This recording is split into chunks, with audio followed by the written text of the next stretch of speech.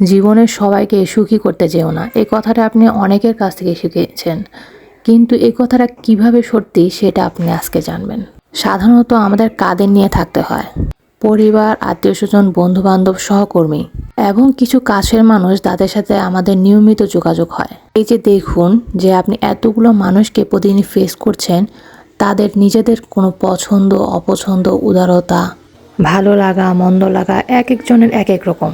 আপনি সবাইকে যদি খুশি করতে যান তাহলে এক একজনের কাছে এক এক রকম মানুষ হিসেবে পরিচিত হবেন। আপনি যদি এটা চিন্তা করেন যে সব কাছের মানুষের খুশি অনুযায়ী কাজ করবেন, এটা কখনোই সম্ভব না। আর যদি চেষ্টাও করেন তাহলে দেখবেন যে কিছু মানুষ আপনার প্রতি অনেক খুশি হবে আর কিছু মানুষ আপনার উপর খুব রাগ হয়ে যাবে।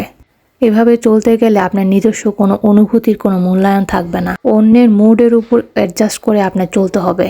আপনি কি চান এমন কেউ হতে? তাহলে সমাধান কি হতে পারে? সমাধান হলো আপনি যেমন ঠিক তেমনই থাকুন। আপনার পার্সোনালিটিকে যারা গুরুত্ব দেয় তাদেরকেই পাশে রাখুন।